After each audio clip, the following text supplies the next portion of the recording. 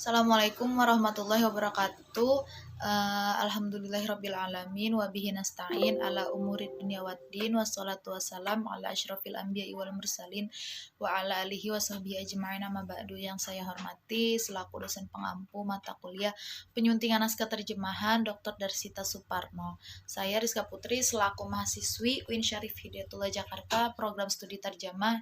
Saya ingin menyampaikan beberapa materi terkait dengan pra penyuntingan naskah. Sebelum masuk ke materi, kita harus tahu dulu apa itu penyuntingan naskah. Penyuntingan naskah itu proses atau cara atau perbuatan menyunting naskah atau biasa disebut dengan copy editor. Nah, langsung masuk aja ke pembahasan pra penyuntingan naskah. Nah, pra penyuntingan naskah di sini ada 9 bab. Ada pendahuluan, ada kelengkapan naskah, ragam naskah, daftar isi, ada subbab atau sub-subbab, ada ilustrasi atau tabel atau gambar, ada juga catatan kaki, ada juga informasi mengenai tulisan. Yang terakhir itu membaca naskah secara keseluruhan. Nah, sebelum memulai menyunting naskah, tentu ada hal-hal yang harus diperhatikan seorang menyunting naskah. Itu biasanya disebut dengan tahap pra penyuntingan naskah. Nah, kalau setelah ketika menyunting naskah, ada juga hal-hal yang harus diperhatikan oleh penyunting naskah. Itu biasanya disebut dengan tahapan penyunting naskah. Nah, kalau misalnya setelah menyunting naskah nih, ketika setelah menyunting naskah, ada juga hal-hal yang harus diperhatikan saat setelah penyuntingan naskah itu, yang harus diperhatikan oleh penyunting naskah, yaitu tahap pasca penyuntingan naskah. Nah, hal-hal yang harus diperhatikan penyunting naskah sebelum memulai menyunting naskah itu diantaranya ada kelengkapan naskah, ragam naskah, daftar isi, subbab dan sub-subbab, ilustrasi, tabel gambar, catatan kaki, informasi mengenai penulis, dan pembacaan sepintas atau pembaca naskah secara keseluruhan. Nah, yang pertama itu ada kelengkapan naskah. Nah, sebelum memulai menyunting naskah, seorang penyunting itu harus memeriksa kelengkapan naskah terlebih dahulu. Nah, kelengkapan naskah yang dimaksud itu ada halaman judul naskah, halaman perancis. Halaman perancis itu halaman yang ada penerbit, ada judul, ada tempat diterbitkan gitu. Terus ada halaman utama, halaman hak cipta atau copyright, terus ada halaman persembahan, ada daftar isi, ada daftar tabel, daftar singkatan, daftar lambang, daftar ilustrasi atau gambar, prakata, kata pengantar, kata pendahuluan, bab-bab. Yang ke-15 itu ada daftar kata asing, ada daftar istilah, terus daftar pustaka, lampiran, indeks. Yang terakhir itu ada biografi singkat atau biodata penulis. Nah, terus ini ada contoh form kelengkapan naskah sebuah penerbit di Jakarta.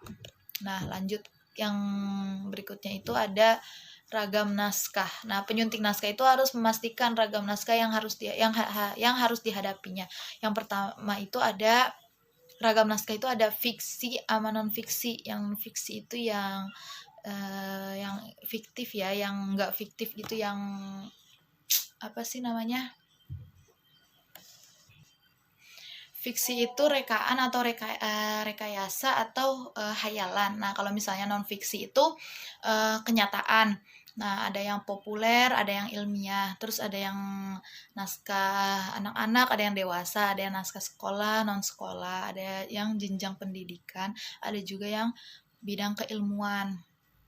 Nah, jenjang pendidikan di sini ada dari TK, sekolah dasar, terus sekolah lanjutan, sekolah menengah, sama yang perguruan tinggi. Nah, kalau misalnya yang bidang keilmuan itu macam-macam, ada bidang keilmuan IPA, IPS, bahasa, sastra, terus matematika, fisika, dan masih banyak lagi.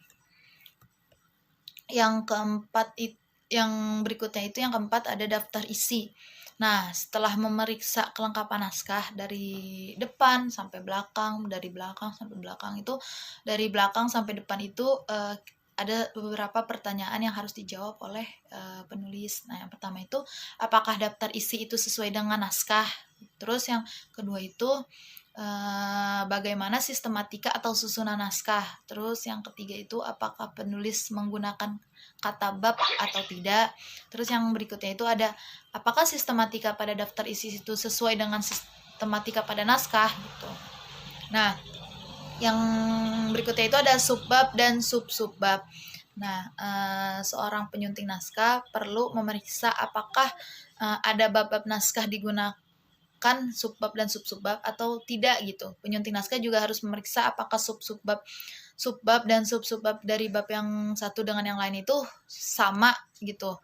Terus setelah itu penyunting naskah juga harus memeriksa apakah penomoran subbab dan sub-subbab itu sudah seragam atau belum gitu. Ada beberapa kemungkinan yang diterapkan oleh penulis, ada yang menggunakan subbabnya, ada yang menggunakan angka Romawi, ada yang menggunakan angka Arab, ada juga yang menggunakan huruf Latin. Nah, untuk bab ilustrasi tabel dan catatan kaki dan seterusnya itu akan dibahas oleh saudari Rafifah. Nah, sekian presentasi dari saya. Jangan lupa like, comment, and subscribe.